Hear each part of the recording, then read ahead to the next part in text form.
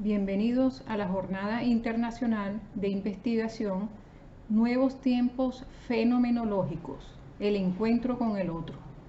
Agradezco a las autoridades de la Universidad Pedagógica Experimental Libertador, Extensión Académica San Felipe, Venezuela, y su comité organizador por esta gran oportunidad.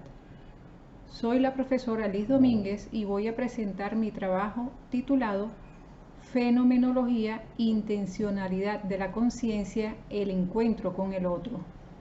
Espero sea de utilidad para todos ustedes.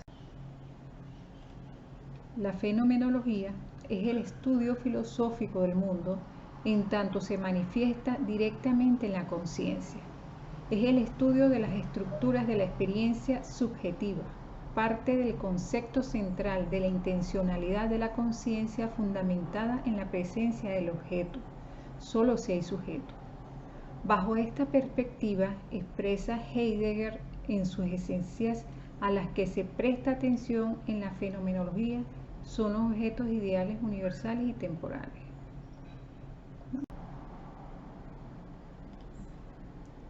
Por ello, el objetivo primario de la investigación fenomenológica es comprender las concepciones y significados plenos de intencionalidad de los actores sociales respecto a un fenómeno determinado. Creo necesario señalar que la fenomenología interpretativa o hermenéutica fue propuesta por Martin Heidegger como metodología filosófica para descubrir el significado del ser de manera diferente a la tradición positivista. Ello conlleva comprender al otro como ser histórico, situado, multidimensional. Esta concepción heideggeriana parte de la fenomenología de Husserl, para quien es un método filosófico que parte del análisis intuitivo de los objetos, tal como son dados a la conciencia cognoscente, a partir de lo cual busca inferir los rasgos esenciales de la experiencia y lo experimentado. Es, por tanto, la ciencia que busca descubrir las estructuras esenciales de la conciencia. El fin no es describir un fenómeno, sino descubrir en él la esencia válida, universal. La fenomenología, concebida como intención de la conciencia, está sustentada en las siguientes nociones. Para Husserl, el sujeto y objeto de conocimiento, en nuestro caso el sujeto, están correlacionados, por tanto es imposible definir el uno en ausencia del otro. El conocimiento en Husserl se desarrolla enteramente en el campo de la conciencia y es una función que se da entre el yo puro y el fenómeno, función que Husserl denomina con el nombre de intencionalidad. Husserl señala como propiedad fundamental de la conciencia o como esencia de la conciencia a la intencionalidad.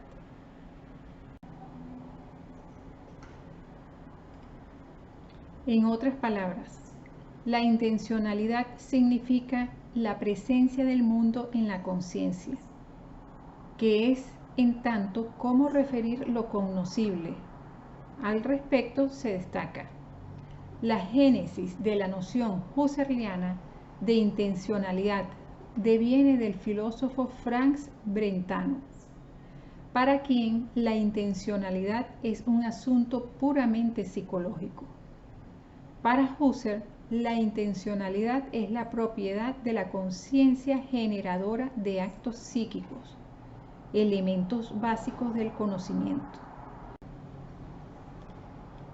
Lo que aparece en la conciencia es el fenómeno, lo cual quiere decir que cuando hablamos desde la conciencia no hablamos de cosas reales en el sentido tradicional de este término, es decir, de cosas físicas dentro de un espacio y un tiempo.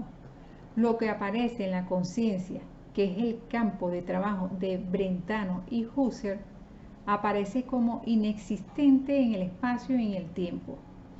Por esto, el campo de la conciencia es el campo de lo fenomenológico.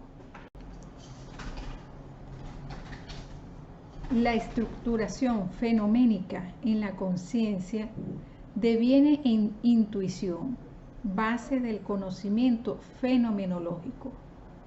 Finalmente, los objetos dan sentido a la conciencia y son la realidad misma. De estas nociones entre sujeto-objeto se desprende posteriormente la relación sujeto-sujeto, relación tan significativa en estos tiempos fenoménicos. Para Heidegger, el principal objetivo es entender lo que significa ser persona y cómo el mundo es inteligible para los seres humanos. La fenomenología mira las cosas por sí misma. Un fenómeno para él es lo que se muestra por sí mismo, lo que se hace manifiesto y visible, espontáneo. Es decir, una entidad puede manifestarse de diferentes maneras dependiendo del acceso que se tenga a esa realidad. Así, la comprensión está suscrita por la fenomenología, definida por Husserl como el estudio de las estructuras de la conciencia que capacita al conocimiento para referirse a los objetos, siendo este tipo de reflexión la reducción fenomenológica para llegar al eidos o la esencia del fenómeno que emerge como producto del proceso cognoscente, plurifactorial y multidimensional.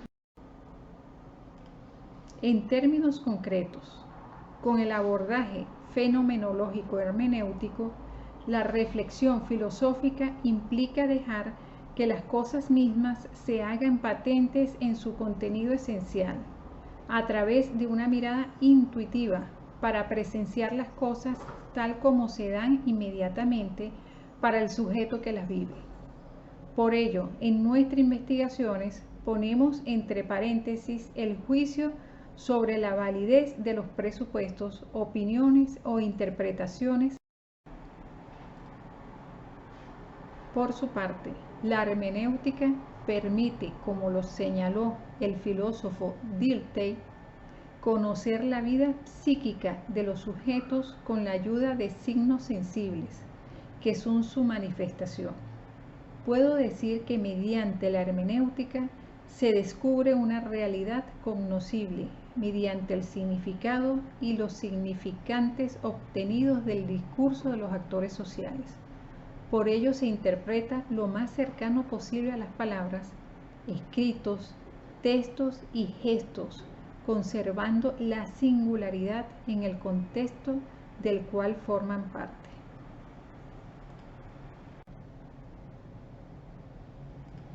En la investigación fenomenológica hermenéutica, el encuentro con el otro explicita la actividad humana. Es una realidad social de uno con el otro. Es la presencia de la intersubjetividad entre los sujetos. Con este andamiaje fenomenológico, donde se conjugan cotidianidad, vivencia compartida, intersubjetividad y relación social, se procura aprender, comprender e interpretar desde la alteridad el fenómeno de nuestro interés.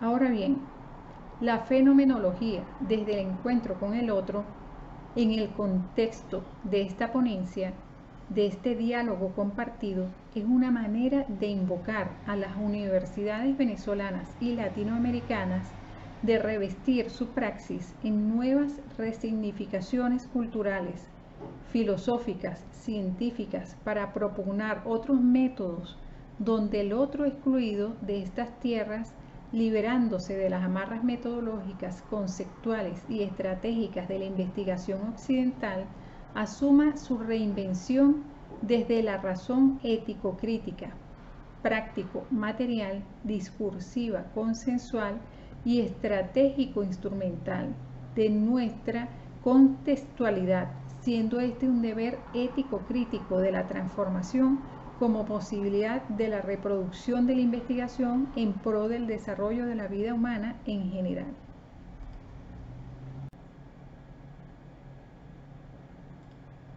Este reconocimiento del otro, a través de la interpretación de los signos verbales y gestuales surgidas del discurso con los informantes clave, aportará ideas y conocimientos emergentes, para lo cual consideré la apreciación de Gadamer, quien señala: comprender un texto tiene que estar en principio dispuesto a dejarse decir algo por él, pero esta receptividad no presupone ni neutralidad frente a las cosas, ni tampoco autocancelación, sino que incluye una matizada incorporación de las propias opiniones previas y prejuicios. Hace que el texto mismo pueda presentarse en su alteridad, posibilitando confrontar su verdad objetiva. Desde este dominio interpretativo, y al estar conscientes que el lenguaje es una construcción simbólica con distintos niveles de abstracción producida por el sujeto humano, difícilmente nos puede brindar la clave última del conocimiento. Sin embargo, Gadamer manifiesta que la interpretación debe ser entendida como un encuentro entre tradiciones, saberes, sentidos, en fin, significados, entendida como estructuras de prejuicios construidas a través de la evolución cultural de una comunidad lingüística particular. Asimismo, Ruske expresa: en el campo de la producción de conocimiento, solo podemos entender esas realidades a las que les damos el nombre de expresiones, por medio de alguna teoría que, de acuerdo a la importancia de las acciones del sujeto, significa que nuestros sistemas conceptuales expresados a través del lenguaje son lentes con los que contemplamos el mundo y desde los cuales interpretamos los símbolos lingüísticos de los informantes. Ese otro que nos dice sus experiencias, conocimientos, ideas, sentimientos, voces desde las cuales nos aproximamos a la verdad fenoménica, que al ser interpretada fusiona nuestros horizontes para llegar a la verdad común.